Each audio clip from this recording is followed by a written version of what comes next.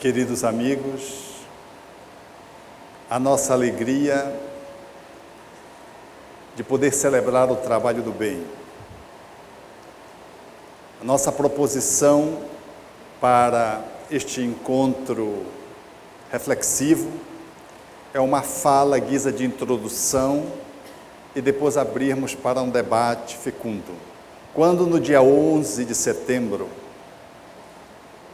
o mundo acordava para a realidade de um novo milênio em 2001 e as Torres Gêmeas foram alvejadas pelas duas aeronaves guiadas pelos fanáticos, ligada à Al-Qaeda, houve um misto de indignação, mesmo de repúdio em nível internacional, porque tinha-se a impressão mágica de que o mundo haveria de mudar com a entrada do novo milênio. Nós somos sempre aqueles que sonhamos com a Jerusalém liberta, com o paraíso perdido sendo retomado. E assim, era a frustração mundial, porque não fazia 2 meses em Jerusalém, quando o homem-bomba entrou e se autoexplodiu e eliminou 17 pessoas naquela explosão, ferindo centenas de outras numa pizzaria lotada, e o mundo acordaria naquela terça-feira achando que o terror tinha alcançado o seu clímax para, em setembro, depois da afirmativa de George W. Bush de que os Estados Unidos estavam perfeitamente preparados para o enfrentamento do terror, segundo informações da CIA, e agora ele procurava se equipar contra as agressões externas numa proposta trilionária de construir um escudo antimísseis que deveriam vir de fora, como, pela ironia do destino, menos de um mês, as Torres Gêmeas vinham abaixo, num movimento absolutamente metafórico para todos aqueles que pertencemos à Terra nesses dias. Porque as duas torres, eram o centro das corporações econômicas mais importantes do mundo. Eram os espigões que mais se aproximavam do céu na ilha de Mahatma, na cidade mais cosmopolita do mundo, Nova York. Era, portanto, no país de maior significação econômica e de maior poderio bélico. Era quase que uma ironia, fazendo o confronto com a fala de George W. Bush, assentado em cima da informação da CIA. Mais do que isso, para que o mundo pudesse fazer algumas reflexões mais apuradas, era necessário contemplar que uma terceira aeronave deveria alcançar o Pentágono, que é o centro da inteligência norte-americana.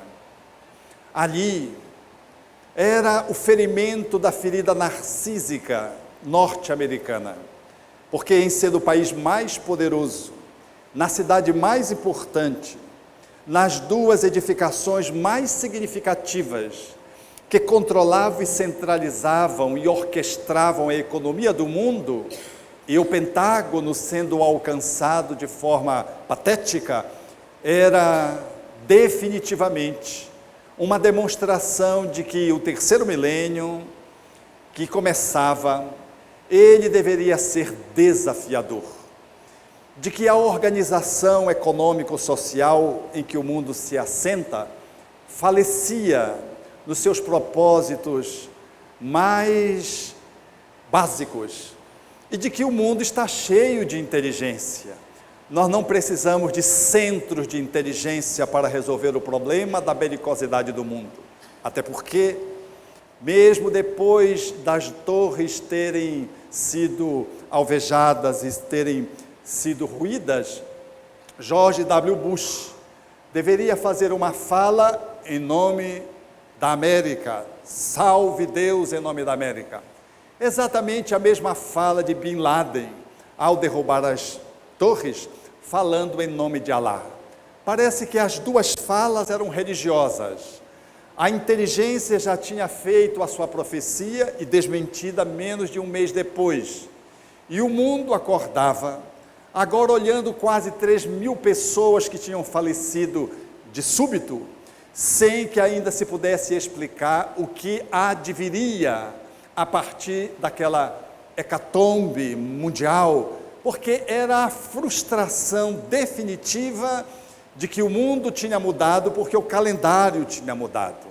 Assim sendo, quantos de nós nos levantamos naqueles dias reflexivos e a nossa indignação é tanto maior, quanto mais nós aprofundamos a análise para sair de uma perspectiva mais mundializada e podermos trazer um pouco daquilo que nos diz respeito, posto que, em grande parte, aquilo que nos mobiliza por dentro, em razão daquela morte que se fazia aos milhares e em função de serem 2 aeronaves destruindo aquilo que parecia quase indestrutível, era, numa boa medida, um reflexo daquilo que se estabelece nas entranhas da nossa microsociedade. Porque se é verdade que Nova York reflete um pouco da orquestração do mundo, a sociedade, ela traduz um pouco do que vai nas entranhas da família. Não poucas vezes observamos naqueles dias a indignação da conjugalidade, que são as 2 torres que no processo de geminação geram os filhos. Havia uma certa ressonância entre aquilo que acontecia nos Estados Unidos e aquilo que nos alcançava no interior do lar.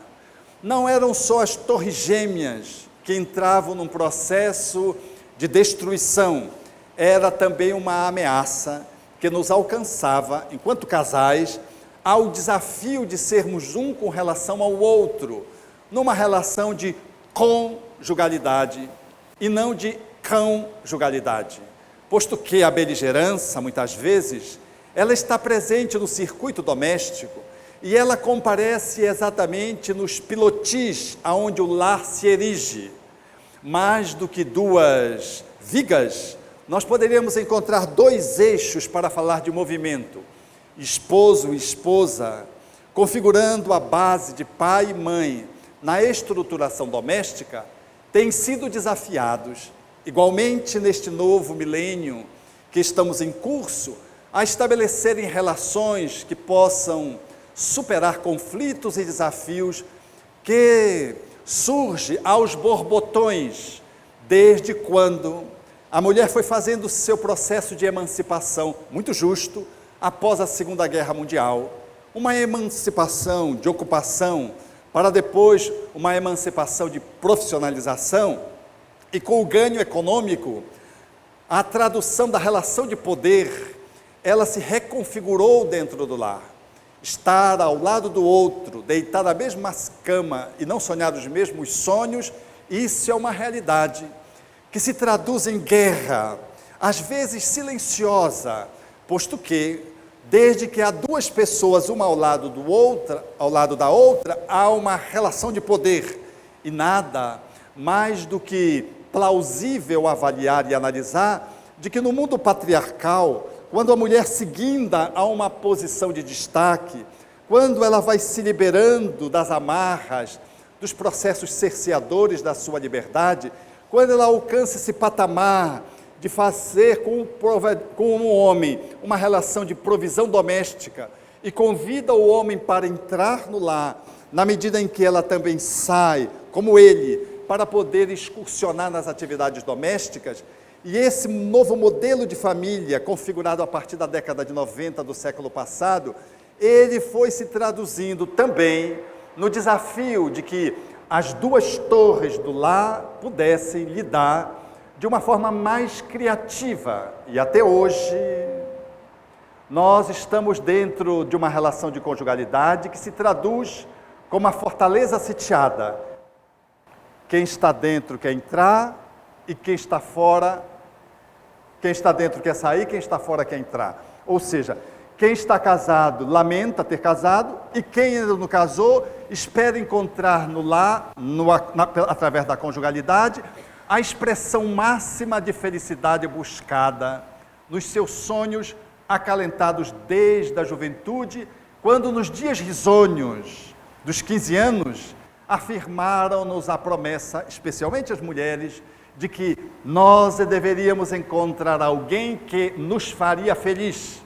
Guardamos, portanto, essa profecia, já que pai e mãe jamais mentem, de que nós, enquanto gênero feminino, deveríamos encontrar um homem que fosse capaz de poder dotar-nos de felicidade e para subtrair-nos às amarguras, às decepções e frustrações.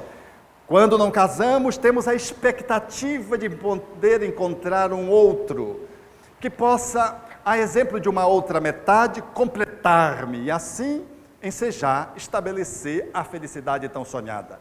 Esse processo que já na sua base é beligerante, porque o homem, enquanto gênero, não dá conta nem de si, como é que ele vai dar conta da outra?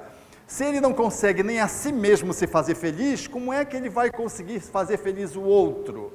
E numa leitura absolutamente literal, não simbólica, dos contos de fada, a mulher fica aguardando sempre numa posição passiva, nada obstante a sua emancipação, qual se fosse Cinderela, ou a bela adormecida que vai despertar de um beijo absolutamente fulminante de um homem que deverá fazê-la feliz, sem se fazer feliz ainda, sem ainda ter feito o pré-requisito de a si próprio ter se consagrado paz interior, vencendo dragões, exorcizando monstros, viajando num cavalo alado. Imagine que só de falar, nós já nos homens nos sentimos cansados, já querendo entregar os pontos, e a mulher espera que tudo isso se faça para que a felicidade e a paz alcance a conjugalidade. Logo, quando a conjugalidade ela é alcançada, surge o desafio do conflito doméstico. E o conflito doméstico está exatamente no inconsciente dessa relação, aonde muitas vezes um espera que o outro venha lhe completar, um espera que o outro venha lhe fazer feliz, e o outro está absolutamente perdido em si mesmo, tendo que achar a outra. Veja quão complexo é esse design da relação de conjugalidade. É, portanto, hoje, numa certa medida, nós deveríamos sentir que as torres gêmeas destruídas causaram, numa certa proporção, uma ressonância que nos alcançou a todos, cônjuges, que somos desafiados no cotidiano a nos reconjugar, a fazer aquilo que o Espírito Emmanuel propõe, casar-se dia após dia. Porque uma relação de superação de conflitos, a busca de uma paz em nível de conjugalidade, ela está proposta na relação do cotidiano. Porque nas promessas, na assinatura de um papel e na composição dos patrimônios, isso se efetiva de uma forma muito fácil. Mas construir o patrimônio emocional, elaborar uma socialização afetiva, estabelecer um movimento de encontro de diferenças culturais, às vezes étnicas, religiosas e, sobretudo, de origem, porque cada um vem de uma origem familiar, lidar com tantas diferenças, às vezes nos coloca num impasse diante do outro, que é a figura que mais nos desafia ao desenvolvimento da paz. Porque o espelho mais próximo daquele que está dentro de casa é aquele que convive no processo da intimidade. Porque conviver um fim de semana, quando você viaja e se hospeda na casa de um amigo, é maravilhoso. Você é o melhor amigo do mundo, o outro é o melhor hospedeiro do mundo, tudo é maravilhoso. Mas passe uma semana, demore-se um mês, à medida que a convivência vai se estabelecendo, surge o desafio da convivência, que alcance ou mantenha uma plataforma de pacificação nas relações. Por isso nós dizemos assim, Ah, tu queres saber quem ele é? Vai comer 1 quilo de sal com ele. Porque sal é uma medida que precisa estar na dose certa. No Brasil, nós ingerimos em média 12 gramas de sal por dia, absolutamente superior à nossa necessidade de saúde biológica. 4 gramas de sal seriam suficientes. Logo, comer um saco de sal, uma saca, é quase uma encarnação inteira. É caminhar com ele 2.000 passos, e não só 1.000 que ele nos exige na fala crística, porque conviver com o outro é o grande desafio na construção de uma paz internacionalizada. Ela começa na relação exatamente bem definida, quando 2 pessoas se encontram, e a pessoa que é mais capaz de falar de nós mesmos é o esposo e a esposa. Porque eles dividem na microsociedade até a cama, até o espaço do banheiro. Portanto, tem que dividir uma relação de diferenças múltiplas, aonde um é médium, o outro não é médium. Há um onde ganha mais, o outro ganha menos, e se é ela que ganha mais, isso em si mesmo já é um conflito, porque o homem, ele se sente afetado na sua dignidade viril, masculina, posto que, economicamente, ele tem que se sobrepor à mulher naquele velho paradigma de que ele deveria ser o provedor da família. É impossível hoje o homem ser provedor da família. A família só se mantém, ou habitualmente se mantém, nessa provisão a 2, mas é impossível criar filhos como um atributo só maternal. É impossível conferir à mulher a atitude ou o compromisso do processo educativo em regime de exclusividade. Haverá conflitos que vão se multiplicar e o lar deverá experimentar dores que falarão de violências, porque uma das maiores violências que nós podemos conferir a uma criança é não assumirmos a paternidade dela. A pior coisa para uma criança é não se sentir conferida, consentida, validada, acolhida, aceita, porque um ser que reencarna nessa perspectiva, ele encontra nos seus pais o desafio de se sentir amado.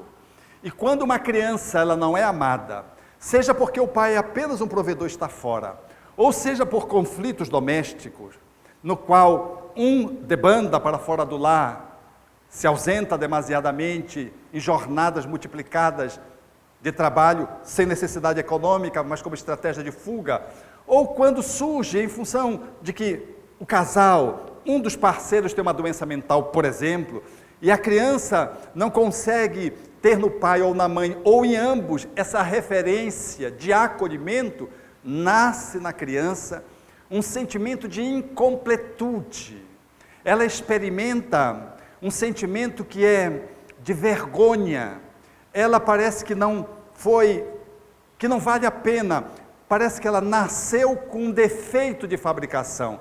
Ela não consegue dissociar, raciocinar, entender, enquanto espírito, de que aquela circunstância não é por causa dela, de que a ocorrência de um pai ou uma mãe, ou ambos, não lhe darem a tutela afetiva de que lhe é indispensável para a sua nutrição da sua alma, ela não consegue perceber que é por uma doença mental, que é por um trabalho no qual o pai viaja demasiadamente para poder fazer a gestão doméstica da manutenção dos corpos. Não, ela não consegue perceber de que o pai abandonou o lar porque não aguentou ficar com aquela mulher, porque ele não consegue fazer a provisão doméstica, qual acontece na periferia. O homem fecunda e muda de parceira, e fica aquela mulher, mãe de muitos filhos, de muitos homens.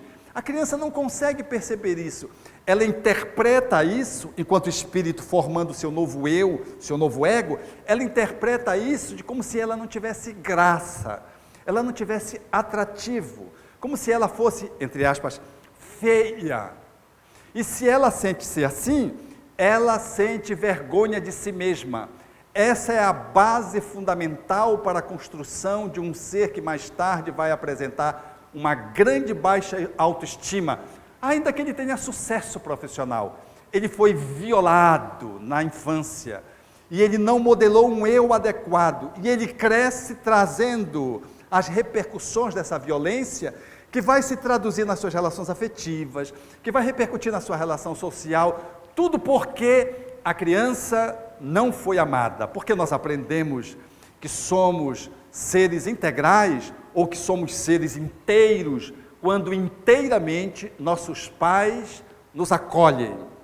E ao fazê-lo, nós sentimos-nos válidos naquela relação. Nós conferimos de que nós temos o valor, porque numa certa incondicionalidade, os nossos pais nos acolhem. Mas, se a conjugalidade vive o conflito, se o casal não consegue administrar a própria relação sistêmica de parceiros que se envolveram num relacionamento amoroso e sexual e não conseguem gerir esse próprio subsistema, como é que eles vão dar conta de atender o sistema parental, ou seja, enquanto pais, atenderem os filhos desde pequenino, quando, e não conhecendo a reencarnação, eles já acham que são pequeninos, que eles não sabem nada, não entendem nada, discutem na frente das crianças, falam mal da criança, dizendo que não era hora de vir aquela criança. Eles não estão rejeitando assim, cabalmente, mas estão, porque falam na frente da criança, ou na presença dela dentro do útero, de que não era hora dela vir. Essa fala é uma fala desqualificadora. Ela desencoraja o espírito que está em processo de reencarnação, e que surge no lar, e que vai comparecer a uma dinâmica doméstica que está profundamente contaminada por conflitos que não estão sendo bem gerenciados, tanto em nível de conjugalidade, quanto em nível parental, pai e mãe na relação com os filhos. Esse desafio, portanto, ele numa certa medida foi evocado pelas Torres Gêmeas, posto que, dentro desse espaço espelhado, na qual cada um reflete o outro, a esposa é o espelho mais fidedigno para falar do esposo, e o esposo é o espelho mais próximo para falar da esposa. E por isso, a violência nas relações de conjugalidade, elas se multiplicam. Eu não estou falando das agressões físicas, hoje, graças a Deus, resguardadas mediante a Lei Maria da Penha, mas as agressões igualmente importantes, do silêncio, de uma fala picante, de um apelido desqualificador, ou de atitudes que estão na contramão de uma cumplicidade e de uma intimidade solidária doméstica, eles acontecem todos os dias, colocando em risco, portanto, não só a conjugalidade, mas a reformulação do lar, porque em o casal se separando, é inevitável as consequências para os filhos. Assim sendo, aquele que estamos dentro do lar ocupando essas posições de esposo, pai, esposa, filhos, porque às vezes os nossos pais comparecem vivendo conosco, nós somos chamados a fazer um gerenciamento das nossas forças interiores e do exercício do nosso poder. Já o poder que está posto no mundo é um poder patriarcal, beligerante, é o poder da força econômica e da força das armas. É um poder que nós estamos impregnados arquetipicamente ao longo dos múltiplos séculos.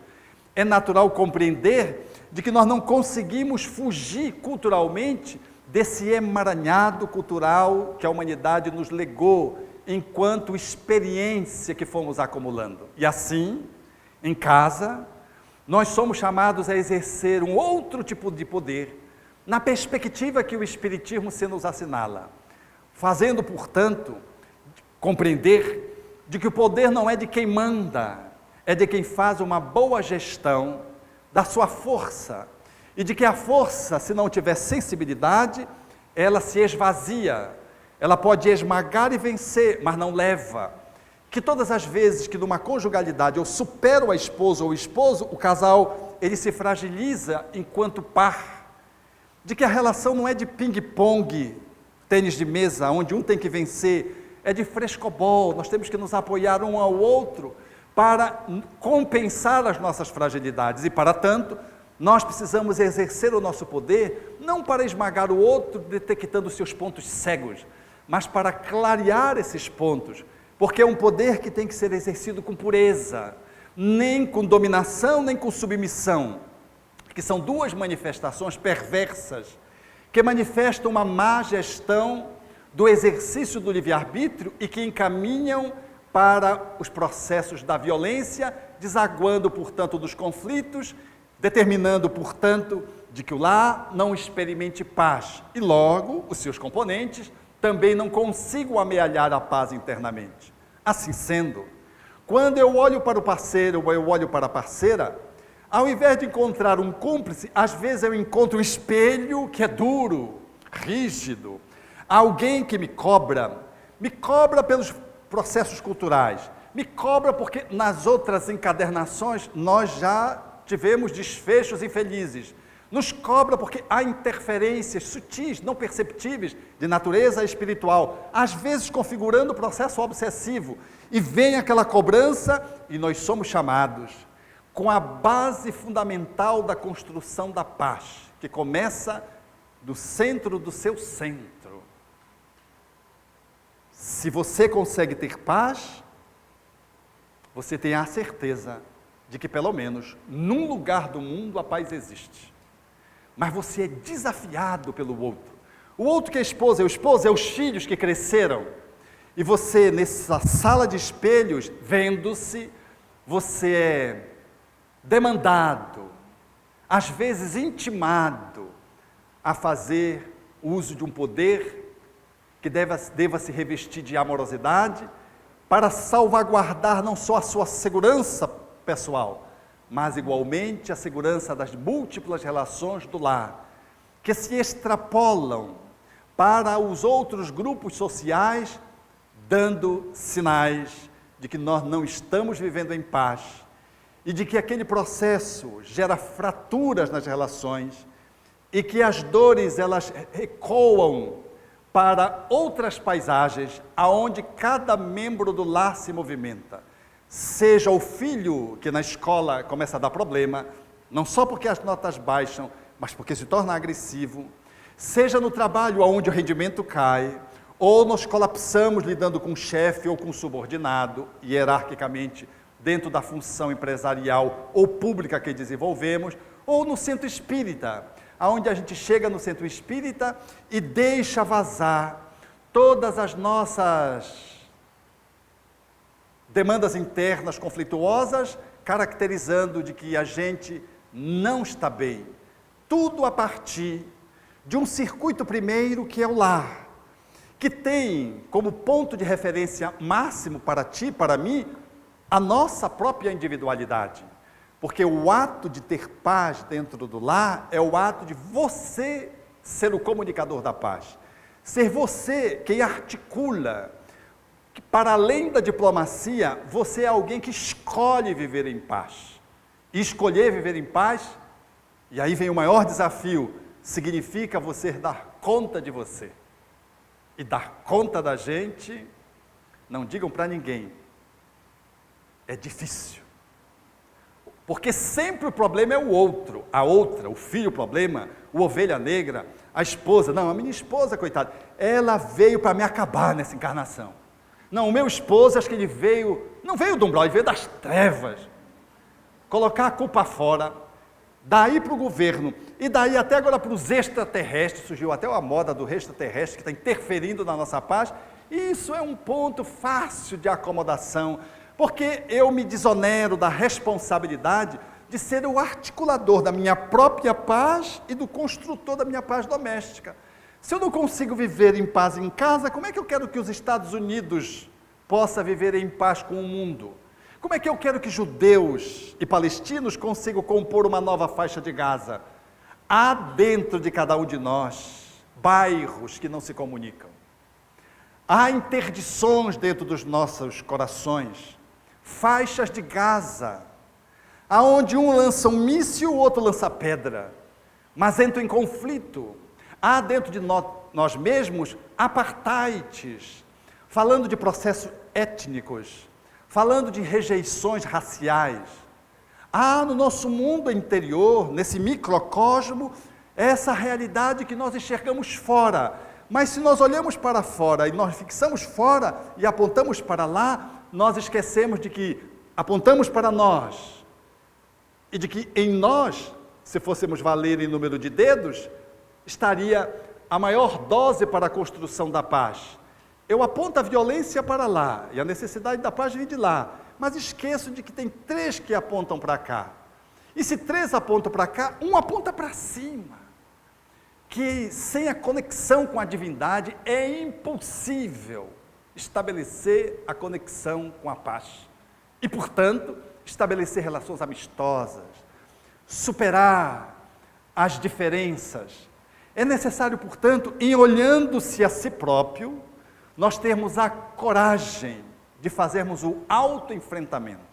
Eu acho que não há nenhuma outra doutrina tão ousada, tão decidida, tão fissurada nesse objetivo, tão focada, tal como o Espiritismo, que na primeira obra já coloca que é definidor o conhece-te a ti mesmo. Não temos rituais, não temos onde se esconder. O Espiritismo é uma doutrina difícil.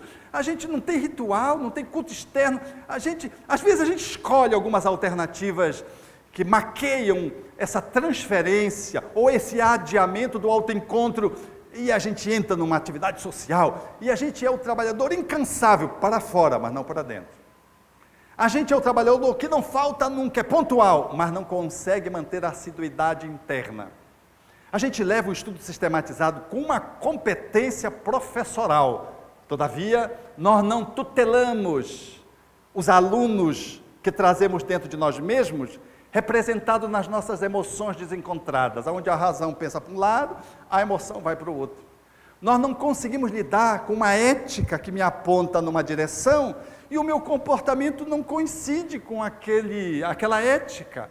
E eu me fecho para isso. Nada obstante, eu faça receitas através dos jornais, através de uma psicografia, de uma psicofonia, de como a humanidade pode entrar no trilho. Mas eu estou sem trilha. Eu ainda não consegui dar conta de mim. Então o Espiritismo, talvez, ele seja muito desafiador, porque ele faz a proposição mais audaz que se pode fazer a alguém. Encontre-se. Marque o encontro com você e vá para estabelecer uma relação de amorosidade que seja para a eternidade. Portanto, de autossuperação. Dar conta do vulcão da agressividade que vem, como consequência dos nossos medos. Toda pessoa muito medrosa é muito agressiva. Dar conta de poder valorar aquilo que temos enquanto competências, atitudes, talentos, porque nós não nos sentimos valorosos, porque não fomos amados quando éramos criança, porque fomos violados na infância. Até hoje a gente tem tudo, mas não consegue validar. Nós sempre nos sentimos um zero à esquerda. Nós não conseguimos, portanto, se apropriar de nós mesmos, nós não conseguimos fazer esse movimento de autogerenciamento, porque há um descrédito nosso em relação a nós próprios, porque a nossa história começou com uma relação de abandono, ou de violência emocional, às vezes sexual, por uma figura que fazia parte do circuito doméstico. E essa violência não foi superada. E ainda que a gente tenha lampejos de lembrança, nós não nos inclinamos a fazer contactos com ela. Como vi ainda nesses dias, uma mãe atormentada porque a filha trouxe-lhe a experiência de que ela tinha dúvidas acerca da sua identidade sexual, da sua orientação afetivo-sexual, posto que estava namorando pela primeira vez com um rapaz muito digno, espírita, ela também espírita, mas ela trazia conflitos internos, posto que, em fazendo um acesso às redes de computador, ela pôde identificar-se com algumas propostas de grupos que trabalham na musicalidade, a homoafetividade, de uma forma muito sincrônica, e ela pôde, através daquele processo, fazer um movimento de identificação, gerou-lhe um conflito e ela trouxe para a mãe. E a mãe, assustada, sentindo o peso da responsabilidade em si mesma, por conta de o parceiro não fazer parte agora da conjugalidade, casal separado, ela me procurou, vindo de um outro estado, apressadamente para, entre aspas, salvar a filha dela. Só o Senhor, porque nem o Senhor salva, quanto mais eu, né? Porque quando a gente coloca que alguém salva, às vezes a má interpretação de que Jesus é um salvador, a gente cruza os braços, esperando que Jesus venha nos salvar. Numa má interpretação. Isso é conspirante. O fato é que no mergulho, ela, para a experiência de 3 anos, fora violada sexualmente, fora bulinada, assediada mais de uma vez, numa lembrança que ela tinha como lusco-fusco, e ao acessar essa lembrança no estado ampliado de consciência, pôde identificar a pessoa que fez aquele movimento de assédio sexual, de toques indevidos, já que era um adolescente pertencente à família, e ela uma criança, e ela se sentia desconfortável e diante daquele processo. Ela naturalmente estabeleceu para si mesmo uma relação difícil com aquele gênero, que era o sexo oposto, e quando da aproximação com esse parceiro, namorado, com quem ela estabelece relação afetiva, não sexual, ela começou a sentir um desconforto, em razão de que no seu inconsciente profundo havia um conflito com o gênero, e ela naturalmente foi podendo elaborar de que aquilo que ela estava sentindo era na verdade uma rejeição para o relacionamento heterossexual, era uma heterofobia, e por fuga ela estava fazendo uma identificação com as pessoas da sua mesma faixa etária, que se manifestavam de forma homoafetivamente, homossexualmente, e ela, a partir daí, fez esse trabalho de identificação que ficou, de uma certa forma, menos ameaçador lidar com o sexo oposto, todavia não ficou confortável dentro de si mesma, porque isso era um manejo conflituoso. Eu estou dando esse exemplo só para configurar quanto tem na nossa história que nós não conseguimos pacificar a alma, porque há conteúdos internos que nos reportam a nossa história infantil, mas há outros que ultrapassam a barreira placentária, vão para outras vidas. Nós somos um ser multimilenário, e há áreas nossas que são de uma vulnerabilidade tão estonteante, que a despeito de termos um bom lar, tivermos uma boa família, tivermos uma boa infância, tivermos uma boa condição econômica, estabelecermos um bom acesso à escolarização, a despeito de tudo, nós não somos uma pessoa pacífica. Há uma violência surda dentro de nós mesmos, que se manifesta mediante conflitos que nos reportam, que nos projetam para uma vivência que não está nesta instância corporal. E isso surge, mas surge de uma forma escrachada num adolescente que entra num quadro esquizofrênico, numa família absolutamente funcional, saudável, espírita, e surge uma esquizofrenia hebefrênica, demonstrando através da violência de um jovem na idade de 13 anos, quando ela emerge num surto psiquiátrico, de que a paz daquele lar está ameaçada por um membro que foi amado, que tem tudo, mas que traz de uma outra vida, junto daqueles que foram seus cúmplices, uma experiência que precisa ser passado a limpo, que precisa ser revista. Mas às vezes surge de uma forma sutil, não na forma de surto, uma forma delicada, através da qual esse conflito se manifesta, seja em nível psíquico, seja em nível emocional, seja no nível físico. Eu lembro-me desse momento, de uma paciente que tinha um linfoma no abdômen, e ela já tinha erradicado o linfoma, e ela me trouxe a história em função de um trabalho psicoterapêutico de profundidade que nós fizemos com ela. E ela contou a história de como foi o linfoma. Ela estava com linfoma, a irmã médica levou para o ambulatório. Era uma microcirurgia, uma pequena cirurgia ambulatorial, anestesia local para tirar o linfoma. E quando o médico foi fazer a incisão para extrair o linfoma, ela deu um surto, se comportou como uma criança. Foi tão bizarro a sua atitude, que o médico ficou muito desconcentrado e desconcertado, porque ele não sabia o que fazer. A irmã pagou um mico e ela dizia, eu não conseguia olhar para os dois. Mas simplesmente, naquele momento, eu me transformei. Ela fez. A emergência de um conflito, de uma subpersonalidade de uma outra vida, que fora assassinada com o punhal, justo no abdômen, justo na área onde surgiu o lipoma, e por isso surgiu o lipoma. Então o bisturi trouxe a memória de uma violência que ela sofrera na outra existência, e que levara à desencarnação, cujo ponto memorial estava no abdômen, de onde surgiu a disfunção ali orgânica, e aonde agora o bisturi, o toque, era o fator que fazia com que ela pudesse espontaneamente ir ao passado, e a subpersonalidade subverteu a sua consciência atual, e ela fez aquela pantomina, deixando ela própria, a irmã e o médico, todos desconcertados.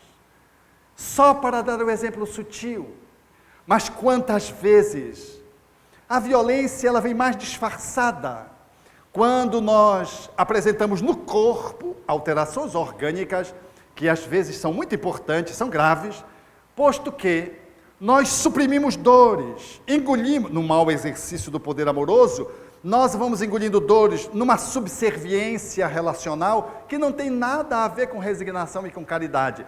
E vamos assumindo, engolindo dores, estabelecendo rancores, e num dado momento surge uma fibromialgia.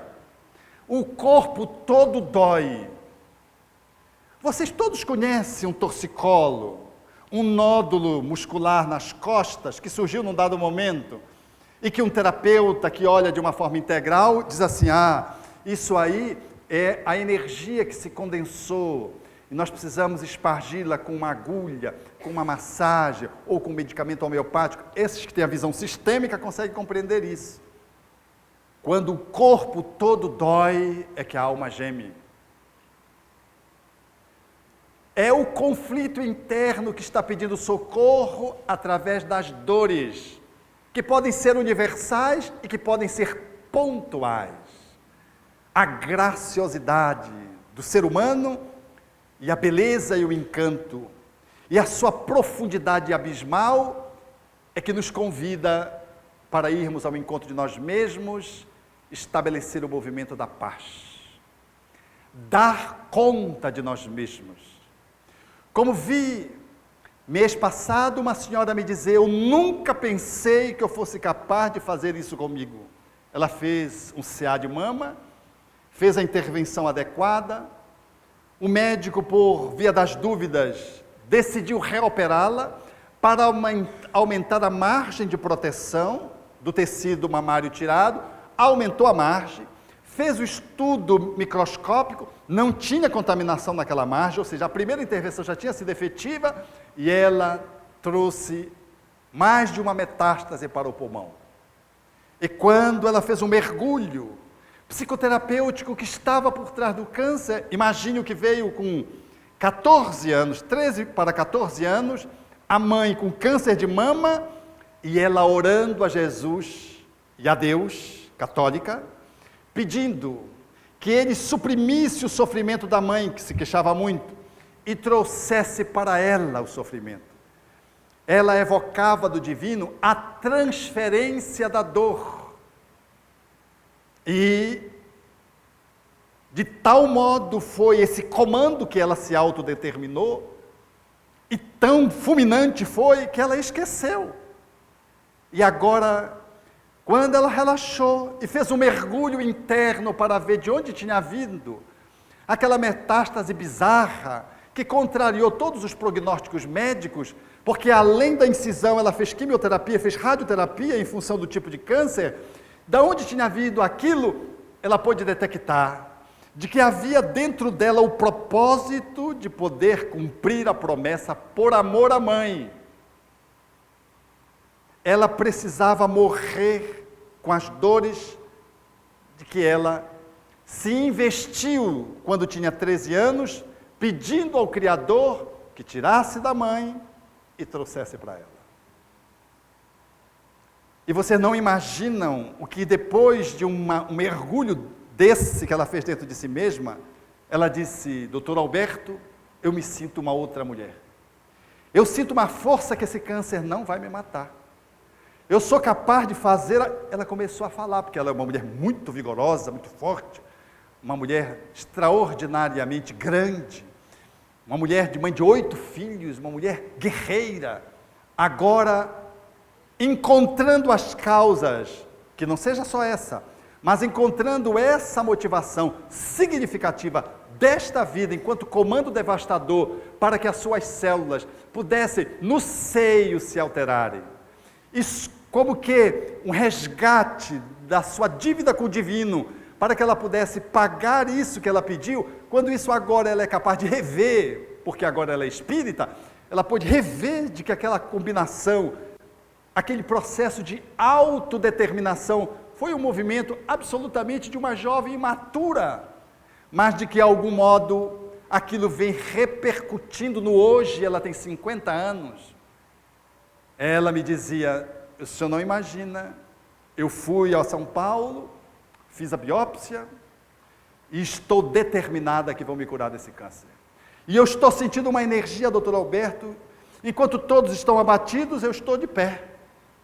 E eu creio profundamente de que ela é capaz de reverter, porque se a mente foi capaz de fazer uma multiplicação celular, se a mente é capaz de fazer um buraco no estômago e em algumas horas uma úlcera de estresse, ela é capaz de fechar, porque a mente que destrói, constrói. Essa violência que se manifesta no corpo, que se manifesta na emoção, que se manifesta nas nossas relações intersociais, grupais, elas falam de como cada um está consigo. Como é que tu estás na relação com o teu parceiro, com a tua parceira? O que é que esses espelhos têm refletido? O que dizem os teus filhos de ti? Teu pai, tua mãe, o que ele fala acerca da tua dinâmica existencial? No trabalho, se tu fosses consultar no trabalho, qual seria a fala deles? São feedbacks. Nada disso, no entanto, substitui a autorreflexão. Nada disso substitui o movimento do autoconhecimento.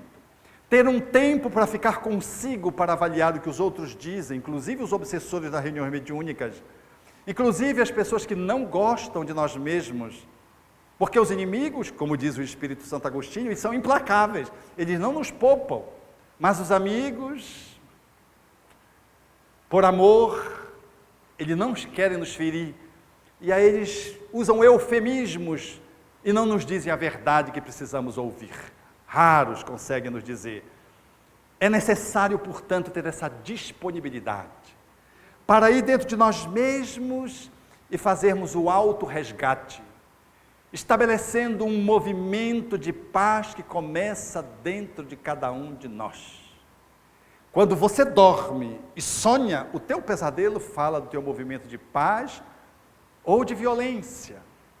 A conquista da paz, portanto, não é algo que está subordinado a um fator externo, longínquo ou próximo.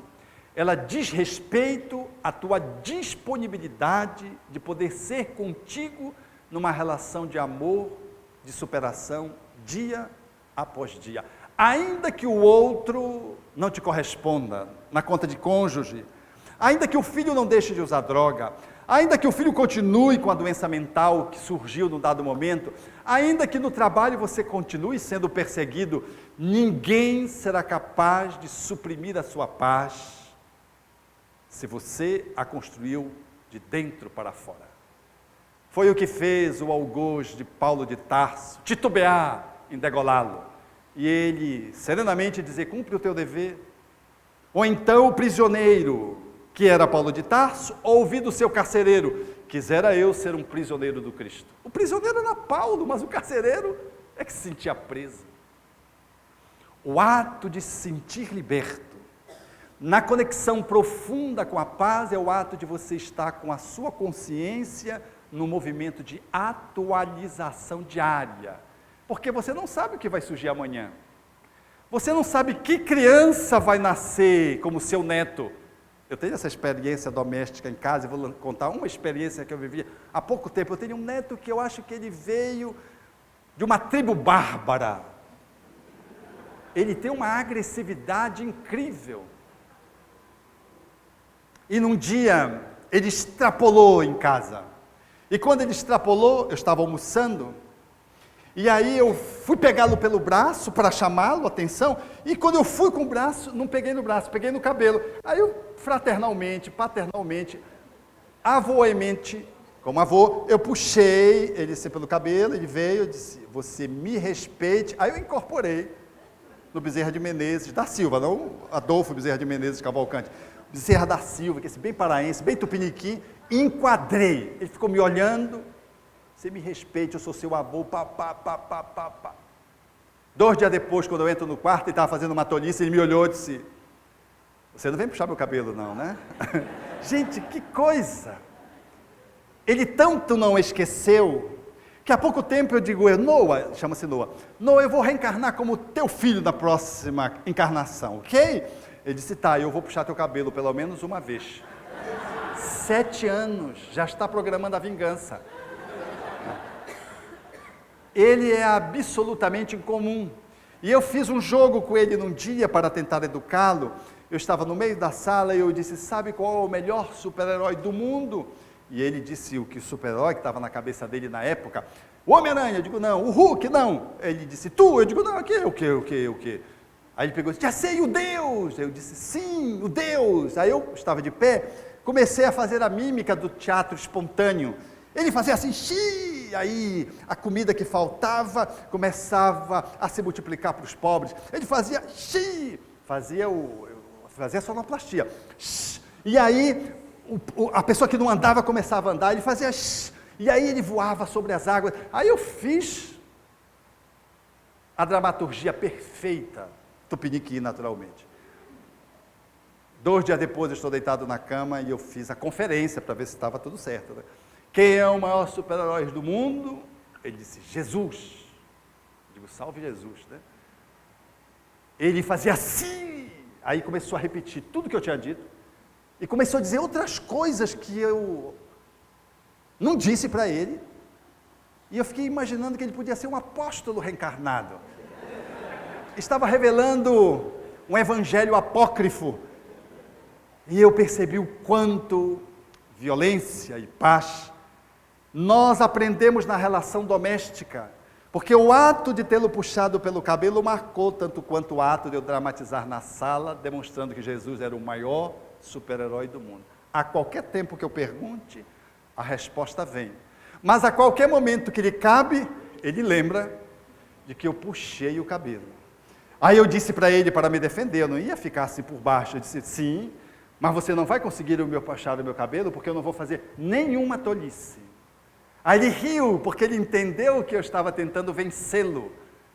Violência e paz é um processo do cotidiano.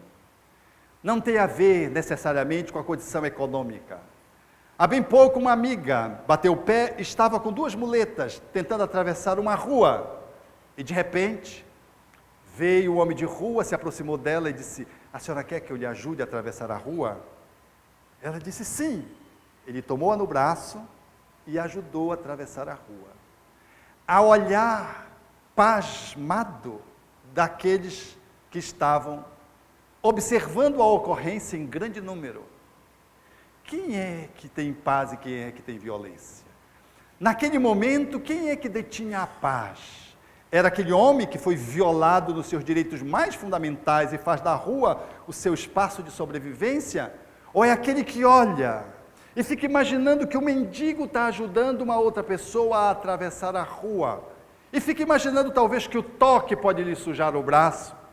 Eu fico imaginando o que passou na cabeça daqueles, ou então de alguém que percebeu surpresamente de que o mendigo é uma pessoa, não é um mendigo, é um ser humano. E é capaz de ter uma atitude de delicadeza, de generosidade e de solidariedade, que muitas vezes o dito civilizado da academia não consegue sair do seu posto. Por isso, o grande desafio é estabelecer a paz dentro.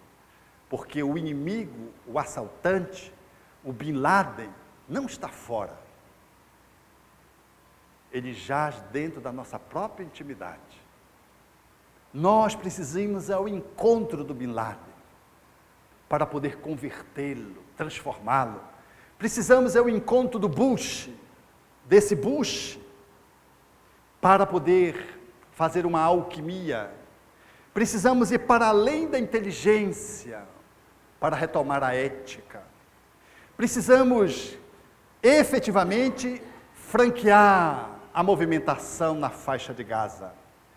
Nós precisamos romper com a nossa discriminação patenteada dentro de nós mesmos a conteúdos psicológicos que denunciam que a gente não está bem.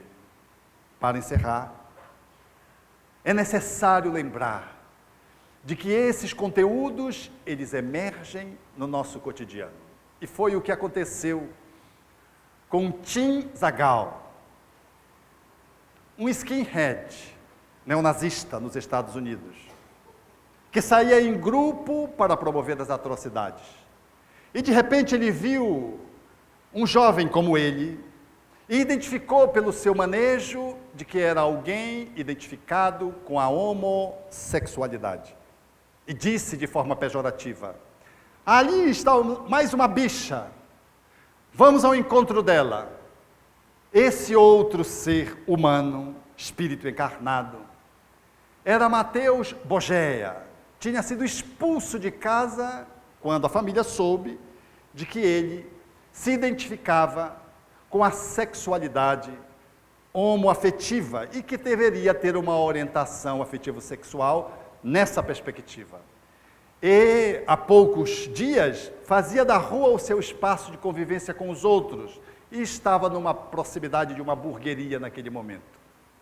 Zagal, junto com os outros skinheads, estabeleceram aquilo que é hoje muito comum em diversas cidades do mundo, inclusive São Estado de São Paulo, o linchamento. Bogea apenas se curvou para tentar se proteger. Zagal tinha as botas cuja ponta detinha os ferros indispensáveis para a agressão. Pelo menos 5 bicudas ele deu no jovem, que ficou absolutamente desacordado diante de uma skinhead que disse: ele morreu! E eles então saíram, debandando, e desapareceram.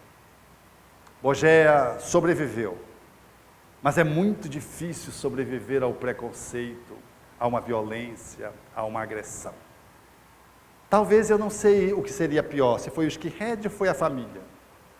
É difícil ajuizar o coração de alguém, a não ser esse próprio alguém pode saber o que significa de mais ou menos dor.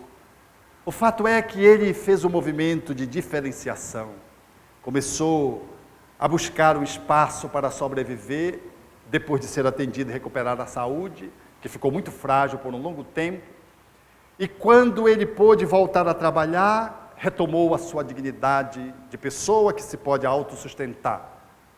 Anos se passaram, e quando ele está no Museu da Tolerância, do estado de Atlanta, nos Estados Unidos, num trabalho em que ele assumir agora na posição de um profissional, ele teve a oportunidade de ir a uma sala, fazendo parte do Museu da Tolerância.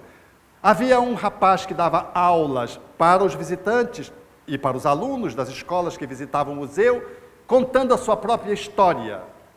E ele viu lá Zagal contando a sua própria história, depois de ver o seu próprio filho apresentando sinais de violência, de que ele, se identificando com aquela violência que o filho apresentava como modelação, fez um movimento de autotransformação que lhe custou muito caro, a fim de que ele pudesse domar a sua agressividade neonazista que ele trazia dentro de si próprio para educar o próprio filho. E narrava naquela ocorrência o jovem que ele chutara. Fazia mais de 15 anos que aquele processo tinha se estabelecido. E quando ele narra a experiência, Bogeia, que estava na plateia, identifica-se, aproxima-se depois dele e estabelece um diálogo. Pergunta para ele sobre aquele jovem. Ele começa a falar e Bogeia então começa a dar os sinais de identificação. E fez-se um momento em que os dois ficaram absolutamente mudos. Ninguém ousava interromper o silêncio. Era o violador e o violado. Era o neonazista e o homoafetivo que estavam agora se reencontrando numa outra paisagem, dentro de um espaço de tolerância, ainda que se chamasse museu. Conta Bogeia que precisou de algum tempo ainda para se recobrar no reencontro com aquele companheiro. Zagał, fazendo um movimento de reparação do seu sofrimento, propôs a ele que os dois, agora, depois de um tempo em que eles foram dissolvendo aquele mal-estar que se revelava entre culpa de um lado e rancor do outro, que eles pudessem dar a fala juntos, contando as próprias histórias. E Bogeia disse que, efetivamente, agora ele se sentia novamente em conexão com ele próprio e que tinha eliminado aquele sentimento de mal-estar que ele sentira ao reencontrar o antigo violador. Zagał, o skinhead do passado, havia de dizer: nós não somos amigos, não saímos para jantar, mas quando eu tenho alguma dificuldade, ele está entre as 3 pessoas mais respeitáveis que eu busco para que ele possa me aconselhar.